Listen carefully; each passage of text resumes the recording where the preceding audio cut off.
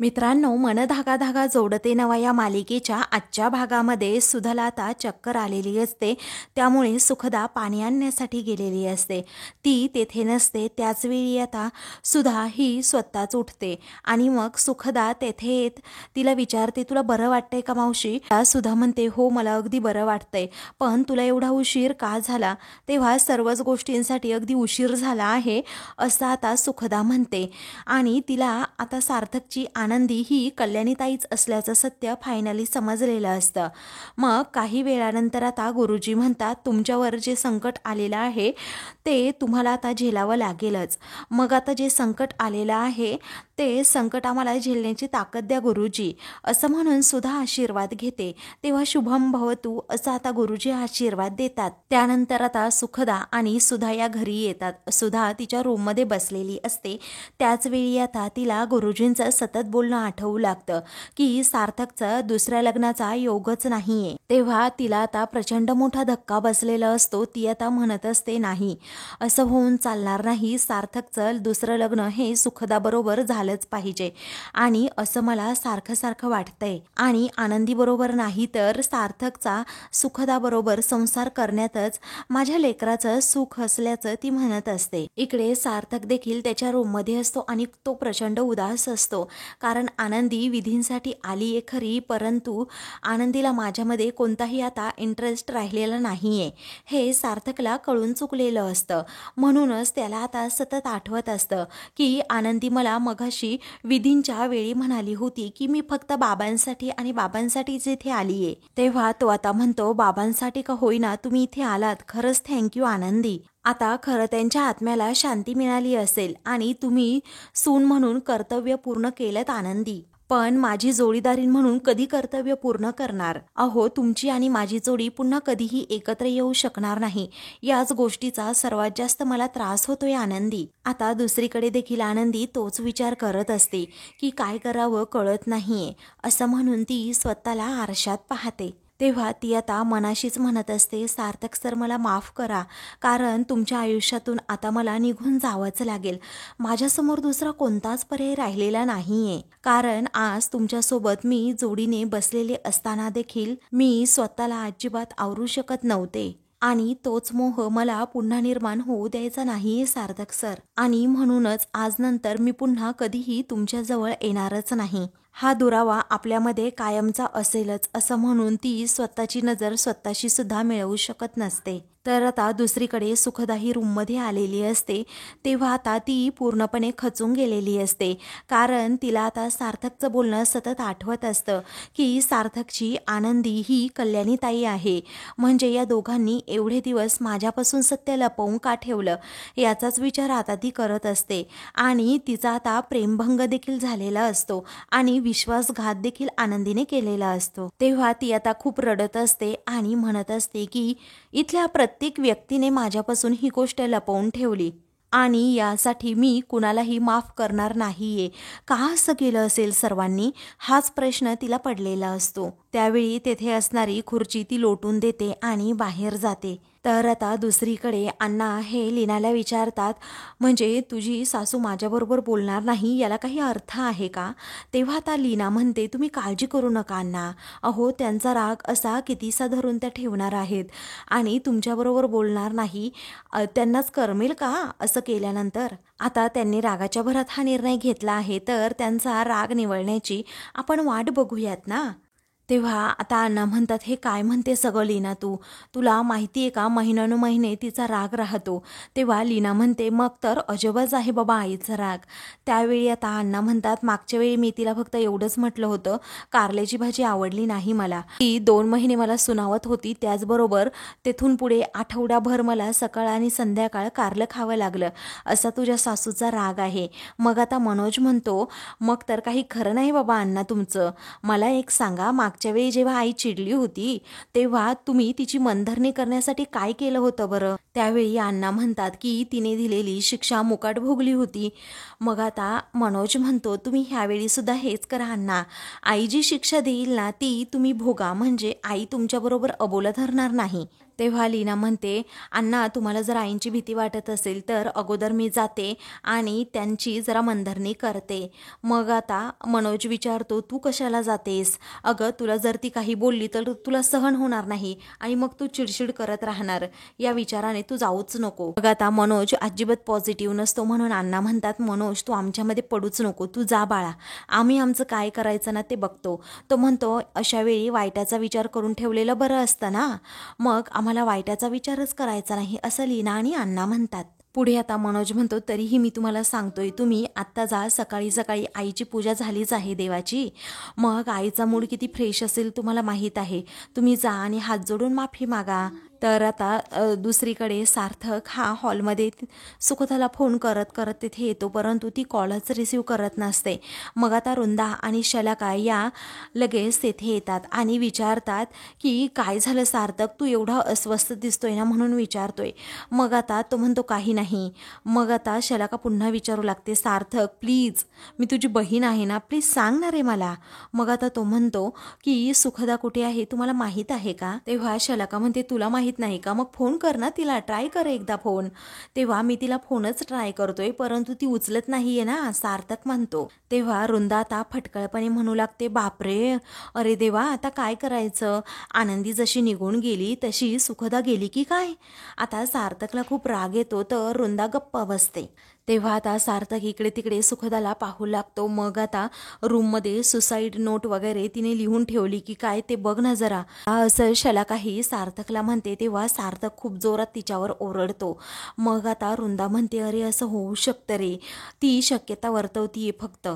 तेव्हा रागातच सार्थक म्हणतो, तुमच्या दोघींबरोबर डोकं लावायची अजिबात माझी इच्छा नाहीये, जरा तोंड आवरा, नाहीतर माझा कंट्रोल सुटला ना मग तुम्हाला माहीत नाही मी कसा आहे ते. त्यावेळी आता सार्थक तिथून गेल्यानंतर शलाका खुश होत म्हणते, अगं आई, आपण काही न करता आपलं काम झालं की काय, चला सुंठे वाचून खोकला गेला. त्यावेळी वृंदा म्हणते, नक्की काय घडले माहीत नाही, परंतु काय घडलं आहे ना ते मला चांगलंच समजतंय. तर आता दुसरीकडे सुखदा एका गार्डनजवळ बसलेली असते. तिला आता सार्थक बरोबर घालवलेले सर्व प्रसंग आठवत असतात की कशाप्रकारे सार्थक माझी एवढी काळजी करायचा, परंतु ती कोणत्या नात्याने हेच माझं मला समजत नाहीये. त्याने पहिल्यांदा सार्थकला प्रपोज केलं होतं, त्याचबरोबर सार्थकने नकार दिला होता आणि मग काही वेळानंतर सार्थकने कसाबसा होकार दिला, हेही तिला आता आठवत असतं. त्याचबरोबर अगदी तिच्या जवळची असणारी तिची कल्याणी ताई माझा खूप मोठा विश्वासघात केल्याचं आता तिला आठवत असतं. इकडे सार्थक हा सुखदाला शोधायला आता घराबाहेर पडलेला असतो. सुखदा सुखदा असा जोराजोरात तिला तो आवाज देत असतो, परंतु सुखदा आता कुठेही नसते. म्हणून तो डोक्यालाच हात लावतो आणि म्हणतो, बापरे, कुठे गेली असेल ही मुलगी? अगोदरच या दोघींनी माझ्या मनात एवढी भीती भरवली की काय माहीत, असं म्हणून तो आता पुन्हा गाडीत बसतो. दुसरीकडे आदर्श आता आनंदीजवळ येतो आणि तिला विचारतो, काय ग सुखदा कुठे आहे? तेव्हा सुखदा कुठे आहे म्हणजे तिच्या रूममध्ये असेल की, असं आता आनंदी म्हणते. मग आता नाहीये ती तिच्या रूममध्ये नाहीये, सार्थक तिला शोधायला घराबाहेर पडलाय. आता आदर्श म्हणतो. तेव्हा आनंदी म्हणते, काय? मग आता हो अगं, मला माहीतच नव्हतं याबद्दल, असं आता आदर्श म्हणून आनंदीला सांगतो की तू तिला फोन कर. आनंदी फोन करते खरं, परंतु ती आता कॉलच रिसीव करत नसते. त्यामुळे आता आनंदीला खूप टेन्शन येतं. ती आता म्हणते की बापरे, ही मुलगी कुठे गेली असेल नक्की. ती आदर्शला म्हणते, मी पण येते तुमच्याबरोबर तिला शोधण्यासाठी. तेव्हा आदर्श म्हणतो, कसं आहे ना, आपण दोघेही एका ठिकाणी जाऊन उपयोग नाही, तू दुसऱ्या ठिकाणी जा आणि मी दुसरीकडे जातो तेव्हा ठीक आहे, असं आनंदी म्हणते. आणि मग तिच्या मनात विचार येतो, त्या वृंदा काकूने आणि शलाका ताईने काही सांगितलं असेल सुखदाला तर यांची हैगय नाही, असं म्हणून ती आता चिडते आणि लगेच त्या दोघींकडे जायला निघते. इकडे आता लीना खूप डोकं खात असते की तुम्ही आई आणि अण्णांमधील ती भांडणं मिटवा. मग आता तो म्हणतो की मला नाही गरज, अगं आपल्यापेक्षा ते जास्त समजूतदार आहे, त्या दोघांनी एवढी वर्षे एकत्र काढली आहेत म्हटल्यावर आपण त्यामध्ये पडायची गरज नाही. अगं लीना, तू स्वतःकडे जरा लक्ष दे ना, जाऊ देत त्यांचं, कारण ते दोघे त्यांची भांडणं मिटवू शकतात. लीना म्हणते, असं नाही अहो, मुलगा म्हणून तुमचं काही कर्तव्य आहे की नाही, तुम्ही त्यांची भांडणं सोडवायलाच हवी. मग आता तो म्हणतो, नाही मी सोडवू शकत, तुला सांगितलंय ना एकदा, किती वेळा सांगू एक एक गोष्ट. मग आता लीना म्हणते, अहो जर भांडण टोकाला गेलं तर?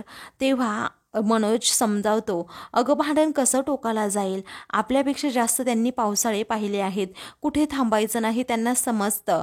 हे त्यांचं काही नवीन नवीन लग्न झालं आहे का की जास्त ताणतंय म्हणून आपण त्यामध्ये पडायचं.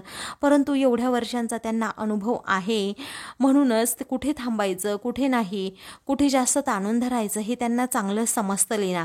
त्यामुळे प्लीज असं म्हणून तो बॅट हातात घेतो. मग आता लीना म्हणते, ठीक आहे, तुम्हाला जर काही प्रयत्नच करायचे नसतील ना तर नका करू, पण मी प्रयत्न करणार म्हणजे करणारच. त्यावेळी आता मनोज म्हणतो, आता काय प्रयत्न करणार आहेस तू? पण आपल्यामध्ये इथून पुढे जर भांडणं झाली तर मीही कुणाला मध्यस्थी करू देणार नाहीये, गोष्ट सुद्धा तुम्ही लक्षात ठेवा, असा लीना आता कठोर निर्णय घेते. आता तिच्या बोलण्याचा मनोज खूप वेळ विचार करत राहतो. तर आता दुसरीकडे वृंदा आणि शलाका या दोघीही हॉलमध्ये बोलत बसलेले असतात, ते पण सुखदाबद्दल. कारण सुखदा नक्की कुठे गेली असेल त्यांना माहीतच नसतं. शलाका म्हणत असते, यांनी ना नदीपात्रात शोधायला हवं, सुखदाने तिकडे जाऊन जीव दिला की काय हे पाहायला हवं. वृंदा म्हणते की हॉस्पिटलमध्ये सुद्धा चेक करायला हवं. आता हे सगळं बोलणं आनंदी ऐकते आणि त्या दोघींजवळ येऊन त्या दोघींनाही रागातच विचारते, काय काय चाललंय काय तुमचं? इथे सुखदा सापडत नाहीये, आम्ही सर्वजण टेन्शनमध्ये आहोत आणि तुम्हाला या गोष्टीचा आनंद होतोय का, असं दोघींनाही ती जाब विचारू लागते. तेव्हा वृंदा आता म्हणते, आम्हाला आनंद होतच नाहीये, आम्हाला दुःखच होते, पण सुखदाने असं करायला नको होतं ग आनंदी. अगं पण असं काही घडलं असेल तर हे खरंच होऊन गेलंय ना ग. त्यावेळी आनंदी आता रागातच म्हणते, काहीही घडलेलं नाहीये आणि सुखदाला काहीही होणार नाहीये, तुम्हाला लाज कशी वाटत नाही हो एखाद्याबद्दल एवढा वाईट विचार करायला, तुम्हाला दुर्बुद्धी सुचतेच कुठून? आणि ज्या घरात राहता त्या घराचं भलं व्हावं असं विचार तुम्ही का कधी करत नाही? सतत कुणाला ना कुणाला त्रास द्यायचा हाच विचार कसा तुमच्या मनात सतत येत असतो? अहो मी तुमच्याकडे बघणारच आहे, परंतु या अगोदर सर्वात जास्त सुखदाला शोधणं खूप महत्त्वाचं आहे, असं म्हणून आनंदी आता रागातच त्यांच्याकडे पाहू लागते. तर या दोघीही आता गप्प बसतात. पुढे आता आनंदी ही म्हणते की देवाकडे प्रार्थना करा, कारण माझी सुखदा सुखरूप असेल. तिला जर काही झालं ना तर तुमची अशी वाट लावेल ना की तुम्ही स्वप्नात सुद्धा विचार केला नसेल. दुसरीकडे सार्थक शेवटी आता सुखदाला शोधतोच आणि लगेच गाडीतून खाली उतरून तिच्याजवळ येतो. तिला विचारत असतो, सुखदा तुझा फोन कुठे आहे, किती वेळा तुला फोन केले, तुला काही वाटतं की नाही, इकडे आमच्या जीवाला तू पार घोर लावलास. त्यावेळी आता सुखदा एकदम शांत शांत असते, ती काहीच बोलत नसते. त्यावेळी सार्थकला अजूनच टेन्शन येतं. तो म्हणतो, सुखदा अगं अशी काय करतेस, बोल ना पटकन, काहीतरी काहीतरी रिप्लाय तरी दे, आम्हाला किती टेन्शन आलं होतं तुला माहिती आहे का? दुसरीकडे सुधा देखील टेन्शनमध्ये असते. त्याचवेळी आता तेथे वृंदा आणि त्याचबरोबर शलाका या दोघीही येतात. त्या दोघी तेथे आल्यानंतर सुधाला सारखं सारखं विचारू लागतात की काय झालंय अगं. वृंदा विचारते, काय झालं सांग ना, तू गुरुजींना भेटायला गेली होतीस ना, मग गुरुजींनी काही सांगितलंय का तुला सार्थकच्या लग्नाबद्दल? मला एक गोष्ट सांग, तुझा आणि सुखदाचा निघून जाण्याला काही संबंध आहे का? तेव्हा सुधा आता लगेच वृंदाकडे पाहते आणि तसं जर असेल ना तर आता तुला खंबीर व्हायला हवं सुधा, असं म्हणून वृंदा आता जखमेवरची खपली काढत असते. पुढे वृंदा म्हणते, अगोदरच आपण आनंदी निघून गेल्याचं दुःख सहन केलंय, टेन्शन सहन केलंय, आता ही सुद्धा अशी निघून गेली, आता तिच्यात प्रॉब्लेम आहे की सार्थकमध्ये, काही कळतच नाहीये. बिचारा सार्थक आनंदी गेल्याचा धक्का कसा बसा तो पचवतोय. अवस्था झाली होती तेव्हा त्याची, असं म्हणून ती आता रडत असते. खरं तर ही ते नाटक करत असते आणि म्हणते, तुला माहिती आहे ना सार्थकची कशी अवस्था झाली होती, तो बिचारा पूर्णपणे खचला होता, आनंदी नव्हती तर. कसा बसा आता सुखदाच्या येण्याने तो सावरला होता. आता सुधा देखील रडू लागते. त्याला सावर असं म्हणून आता वृंदाही शलाकाला घेऊन तेथून जाते. त्या दोघीही तेथून गेल्यानंतर सुधा रडतच म्हणत असते की मी किती स्वप्न रंगवली होती, सार्थक आणि सुखदाचं लग्न होईल, सुखदा माझ्या घरात सून म्हणून येईल, माझ्या सार्थकचा संसार अगदी सुखी होईल, पण आता काय होणार आहे काहीच माहीत नाही, असं म्हणून आता ती लगेच रडू लागते. इकडे सार्थक हा सुखदाला आता गाडीमध्ये बसवतो. मग आता सार्थक म्हणतो, तू वेडी वगैरे आहेस का गं? अगं घरातील सर्वजण किती टेन्शनमध्ये होते याचा अंदाज तरी तुला आहे का? अगं इकडे तिकडे तुला सर्वजण शोधतायत, आता कुठे मी तुला पाहिलं आणि सर्वांना फोन केला ना म्हणून सर्वांचा जीव कुठेतरी भांड्यात पडला. अगं तू ऐकतेस ना मी काय म्हणत होतो ते. त्यावेळी आता ती म्हणते मला जरा एकांत हवा होता सार्थक. तेव्हा सार्थक म्हणतो तुला एकांत हवा होता तर तसं सांगायचंच ना गं. अगं मी समजून घेतलं असतं तेवढं आणि सर्वांना सांगितलं सुद्धा असतं. असं कोण न सांगता निघून जातं. मग आता सुखदा म्हणते एवढं उत्तर पुरेसं आहे सार्थक, चल आता आपण घरी जायला निघूयात. तेव्हा तुला कुणी काही बोललंय का असं सार्थक पुन्हा पुन्हा विचारतो. मग आता ती म्हणते मला कुणी काही बोललं नाही, हा तर खूप मोठा प्रॉब्लेम आहे. तू तुझा निर्णय घेतला आहे ना, मग मला आता शांत राहू दे जरा सार्थक. अरे जर तुझ्या बाबतीत असं काही झालं असतं, तू शांत राहिला असता तर मी तुझ्याबरोबर बोलायला आले असते. तू जर काही बोलला नसता तर त्यावर जबरदस्ती केली असती का बोल म्हणून. मग मला माझा निर्णय घेऊ दे ना, आता जरा शांत राहा ना तू पण सार्थक. चल ना आता सार्थक प्लीज, असं जरा ती रागातच म्हणत असते. त्यावेळी सार्थक म्हणतो ही सुखदा तर मला माहीतच नव्हती. मला आत्ता समजतीये या सुखदाला रुसता सुद्धा येतं आणि रागवता सुद्धा येतं. तेव्हा तो आता विचारतो सुखदा काही झालंय का गं, सांग ना मला प्लीज. अगं तुला एकांत हवा होता हे कारण मला वाटतच नाहीये. प्लीज मला तू सांगू शकतेस, माझ्याबरोबर शेअर करू शकतेस. एवढी आपल्यामध्ये मैत्री आहे सुखदा. पण आता ती बिचारी फक्त रडत असते आणि सगळं काही पुन्हा एकदा आठवण्याचा प्रयत्न करत असते.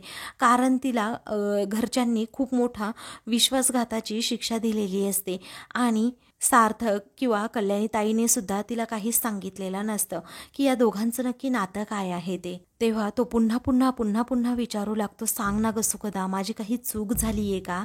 मग आता ती म्हणते तूच सांग ना आता सार्थक. अरे तुझं काही चुकलंय का. अरे माझ्यामुळे घरच्यांना किंवा तुला काही जर त्रास झाला असेल तर आय एम सॉरी. आता सार्थक खूपच इमोशनल होतो आणि म्हणतो की आपण आजच्या दिवसाबद्दल नक्कीच बोलूयात. जर तुला काही त्रास झाला असेल तर मला माफ कर, परंतु मी तुझ्याशी बोलायला तयार आहे. जेव्हा तुला सांगावंसं वाटेल ना तेव्हा सांग मला. असं म्हणून ते आता जायला निघतात. तर आता मित्रांनो पुढील भागामध्ये सुखदा घरी येते. आनंदी तिला विचारते काय झालं अगं सुखदा, सांग ना प्लीज. अगं इथे सर्वांना तुझी काळजी वाटतीये. तेव्हा सार्थक देखील विचारतो की माझं काही चुकलंय का. मग आता सुखदा म्हणते प्लीज तूच सांग ना सार्थक तुझं काय चुकलंय, कारण मला तर काहीच कळत नाहीये. सार्थक म्हणतो तुझ्या मनात नक्की काय चाललंय हे तरी मला समजायला हवं ना. तेव्हा सुखदा म्हणते का कळायला हवं, अरे माझ्या मनात काहीही चालू दे, तुम्ही सांगता का मला सगळं. असं म्हणून ती आनंदीला विचारते तू सांगतेस का मला आता सगळं खरं. तेव्हा आता आनंदीला जरा धक्काच बसतो की नक्की ही कशाबद्दल विचारते. अशाच मालिकेंचे पुढील भाग पाहण्यासाठी चॅनलला सबस्क्राईब करा.